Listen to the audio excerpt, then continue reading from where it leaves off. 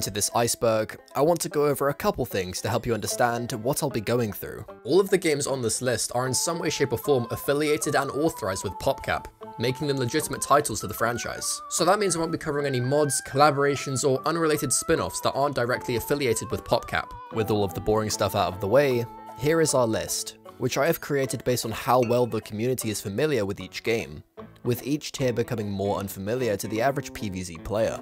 So without further ado, let's begin with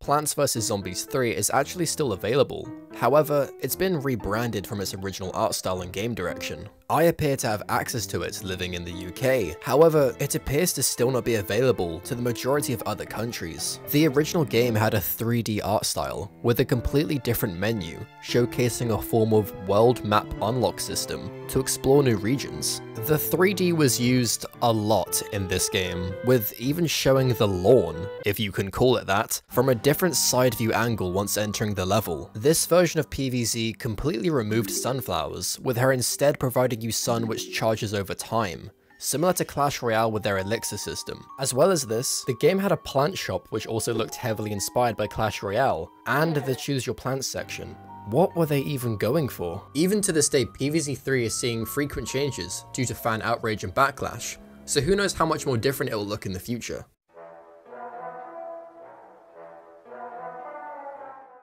Probably the most famous cancelled project from Plants vs Zombies, Project Hot Tub was a scrapped action-adventure game where we follow a guy with a selection of plants to fight his way through the zombie horde, using the plants for their various abilities like Sunflower's torchlight aura or Chomper's vine swinging. From some of the concept images, it appears that the story would follow the player traveling through different time eras, similar to PvZ 2. From the early test footage available via IGN, the game looked really promising. However, due to EA forcing the team to stop production and begin work on a new Star Wars game, it was the last of the game's production. To rub salt in the wound, the Star Wars game also ended up being scrapped, so I guess all that work was for nothing. A quote from PopCap's creative director at the time makes this hurt even more, stating, "This is really early, unfinished art. You guys should have seen where it was headed. The most excited I have ever been about a PvZ game. So much amazing work was done by an absolutely incredible team. Would have been something special and different. Ah well."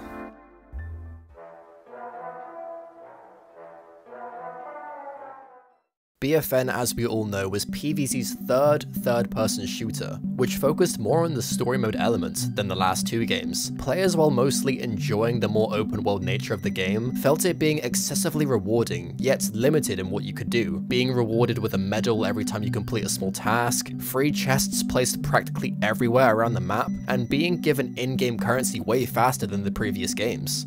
It's really felt like the devs were less focused on the core gameplay that everyone loved, with its wacky variants and crazy game modes switching up how every game played out. Although, according to some unofficial sources, it could be due to the budget restrictions that caused BFN to turn out how it is today. Because of this, as well as a lack of marketing when it was initially released, the game performed pretty poorly, having a very low player count, and within a year of release, the game lost official support, and all future content was cancelled, with features such as a potential iceberg lettuce character of sorts, which was apparently ready to go and fully developed. I guess it's a shame that this bonus content was never added, however, I doubt it would make me play the game much more anyway.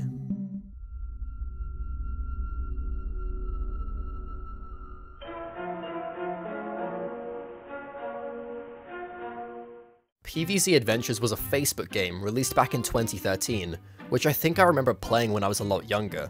The game would have you defend your home from the zombies like the first game. However, the path in which the zombies takes twists and turns, allowing you to plan your strategy a different way, with the plants also now having a set range in which they can target the zombies. The game only existed for a year and a half before shutting down, with PopCap rewarding all users 100,000 gems, which in real life will be worth $1,725 of premium currency, though I'm not sure how players would have even spent them.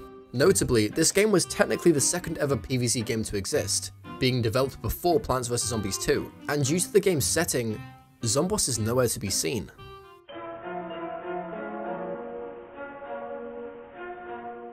Not to be confused with Plants vs Zombies Risk, which has actually been released. The PvZ board game was set to be a simulated version of the original game, using cards and game pieces to act like the plants and zombies battling it out. The card system used would go like this.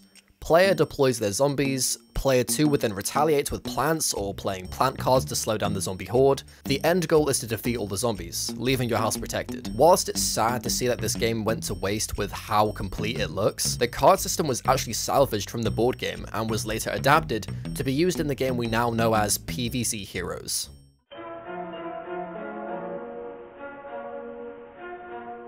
Unlike many games in this iceberg, I actually managed to retrieve a playable version of this game, so enjoy the background footage. PvZ Match was your typical popular game concept turned Candy Crush. Although in this edition of the popular Match 3 genre, every match made would appear to harm zombies lurking above the symbols to add an element of challenge for the player. Making matches below the zombies would indicate damage done to slow them down from reaching the player's home, forcing them to carefully select where a match is made to wear down all of the zombies' health. There seems to be no move limit in the game, which is nice. However, this unfortunately makes the game rather easy, with such powers like the Cherry Bomb and Split Pea doing most of the work defeating the zombies. The game, when first released, was titled Plants vs Zombies Forever, which is ironic as in May of 2023, the game was removed and became unavailable. However, people who still own the game on their device still have the ability to play the game, so if you've ever installed this, you might as well give it another go.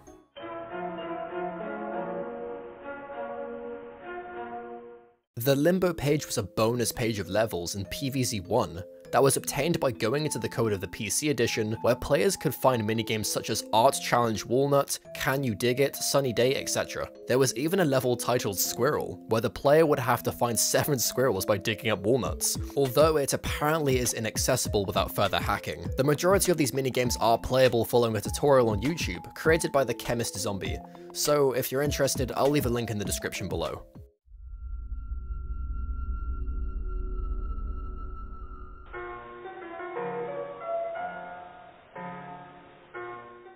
This version of Plants vs Zombies 2 was developed by Glass Labs, who created interactive educational games to help children learn. Apparently, the game would let you play the level as normal. However, once completed, it would assess your performance as a way to track your educational progress. I'm not too sure what skills were even being assessed, but it's interesting nonetheless. The game claimed it was made by researchers at Florida State University. However, looking into the game, it doesn't look all that impressive. The game only has 2 worlds, being Pirate Seas and Ancient Egypt, providing a small selection of plants. From my research, this Citron isn't even in the game, despite displaying it in the trailer. Crazy Dave is a still PNG, which has about 12 pixels, and looks like he wants to be put out of his suffering. And one of the promotional images shows this gameplay.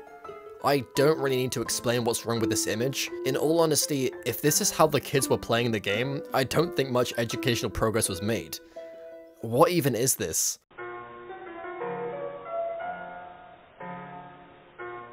Before all of you crazed PvZ fans try to attack me for what I say about this game and the following Chinese games, I'm only informing you what I know based on my own research. So if you have something to add, leave a comment below and I'll respond when I can. With all of that out of the way, PvZ Endless Edition was a Chinese exclusive extension to Plants vs Zombies, with one of the biggest changes being that you could bring along a plant hero to accompany your other seed slot choices. Each plant hero had a unique ability which helped the player, such as Iron Man Nut. Yeah, that's his real name, who could fly around and shoot back at the zombies. Or even Monk Flower, who could also float around and produce bonus sun for you. The game released only 5 months before the international release of PvZ 2, which led to this game incorporating some of the new game's plants in this version, such as Endless Edition's version of Laser Bean, Bonk Choy, and Snapdragon. Why does he look like that? The game eventually got discontinued sometime in 2015 for unknown reasons, but there are so many other Chinese versions of this game franchise that I don't think it makes much of a difference.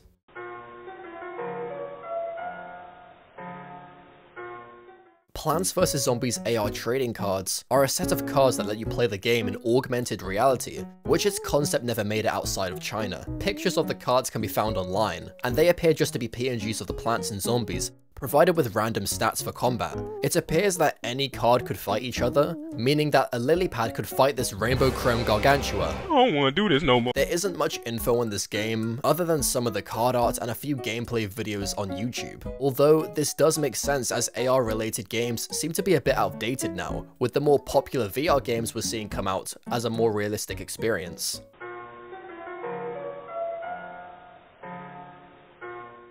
PvZ Great Wall Edition was another Chinese PvZ-1 remake. The Journey to the West levels, which were based off a 16th century novel, were added to the game in an update, which led the game to then be retitled to Plants vs Zombies Journey to the West Edition, hence the slash in the title. Not much differs between this game and the Endless Edition, other than there being a few additional survival modes called China Museum, along with the removal of hero plants, as well as an exclusive level called Future Stars. It was removed from most countries on the Google Play and App Store, including China. However, the remainder countries such as Indonesia seemingly still have access to the game's download.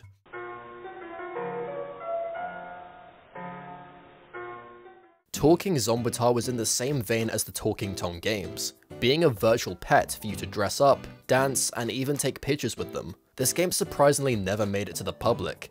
However, the trailer for the game was released and is still public today. This is the only project out of the completely scrapped PvZ games to have a trailer made and published online, which players could have only have dreamt to be the case for Project Hot Tub. Disregarding that fantasy, people speculated that this game was cancelled as it appeared to be extremely similar to Talking Tom, as mentioned prior. It is interesting to point out that the Z in PvZ during the trailer appears to be a plant green colour, which the editor must have missed, or simply didn't care to fix it to its more dark Tombstone-like texture.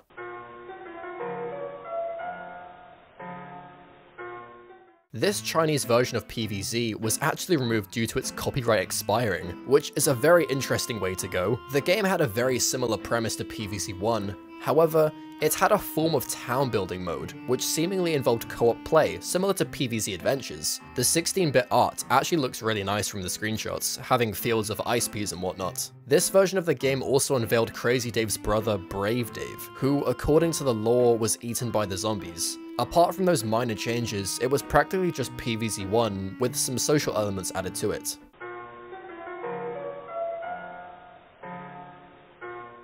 Another Chinese release of PvZ-2, however with an incredibly unique concept of how the gameplay works, with it being more of an RPG style form of combat. Both plants and zombies automatically attacked, and each of them had their own ability. The player would lose once all plants were defeated, or when a zombie reached their house. Interestingly, Sunflower had the ability to attack the zombies in this game, instead of a more supportive class you might have predicted. The game lasted 6 years before the servers were shut down in July of 2020, with all of its official online data related to the game being completely wiped out.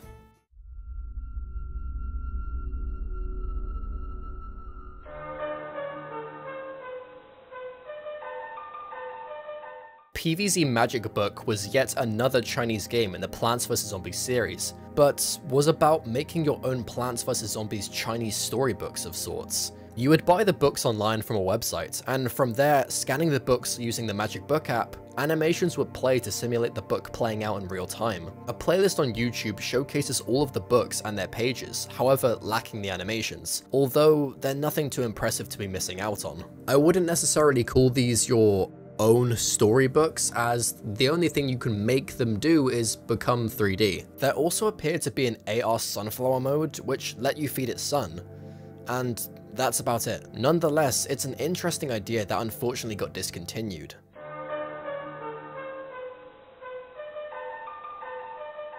This game was another educational game, but was instead used to teach children Chinese phonics, otherwise known as pinyin. The game starts off with the zombies kidnapping all of Dave's plants, but over time, as you complete more questions, you slowly start to gain them back. Completing questions would give you sun that lets your plants attack approaching zombies. Whilst the concept of the game was rather dull, I still think they did a way better job than whatever the hell Use Your Brains Edu was supposed to be. Despite it being a way better educational game for children to learn from, it was also removed and is no longer available for download. Someone from the unofficial wiki went out of their way to translate some of the intro cutscenes, so I thought I'd recreate it and give you a feel of how this game played out. Crazy Dave. Give me back Sunflower, Pea Shooter. No, Sunflower, I don't have energy. How do I defeat zombies? Crazy Dave. I know. Drag the correct pinion that way so it can produce sun and the pea shooter will have energy. Crazy Dave. Kids, let me help you point the correct pinion. Together we defeat zombies and save the plants.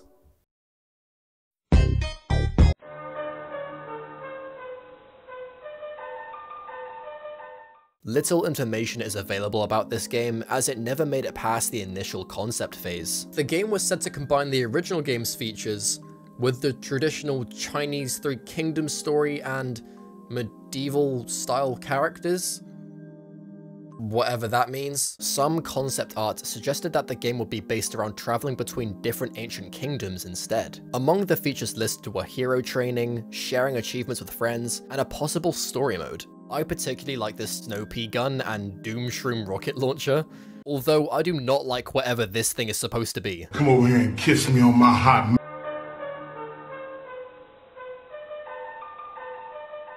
Don't worry, this is the last of the base game remakes on the list. Tencent Edition was a PvZ spin-off published by Tencent, featuring a new score system on each level, in which the player would battle other players with their scores. From the trailer and screenshots, it appears you were also able to donate sun to fellow players for their next matches, and even create posts asking for certain plants to help with their defenses, which seems to be heavily inspired by Clash of Clans' system of requesting troops through the same format. The concept of the game was definitely interesting, as well as having PvZ2 China's world map, which did add to the game's overall appeal and interest to players. Unfortunately, the game was shut down in late 2016 with no further reasoning.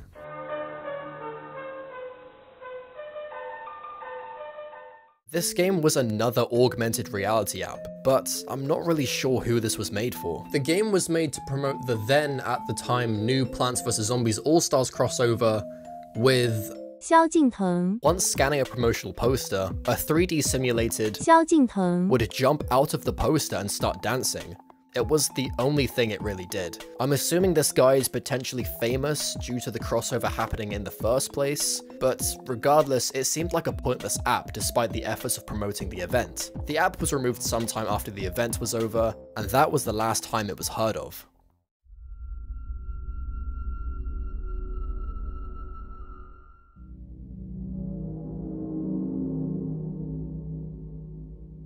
In all of my research, it appears that I'm the only person to have documented this entry online, due to its scarce knowledge from the community. Now, in this situation, it creates a bit of an exciting scenario for you, as I'm a very small creator as you can see below, so if the view count of this video is very low, that means you are one of the very few people in the world to know about this information. With that being said, it would mean a lot if you could subscribe to the channel, as it would make you one of the people that helped my channel get off the ground, and in doing so, it helps us to form a community together on YouTube. With all that out of the way, let's look into Project DeLorean.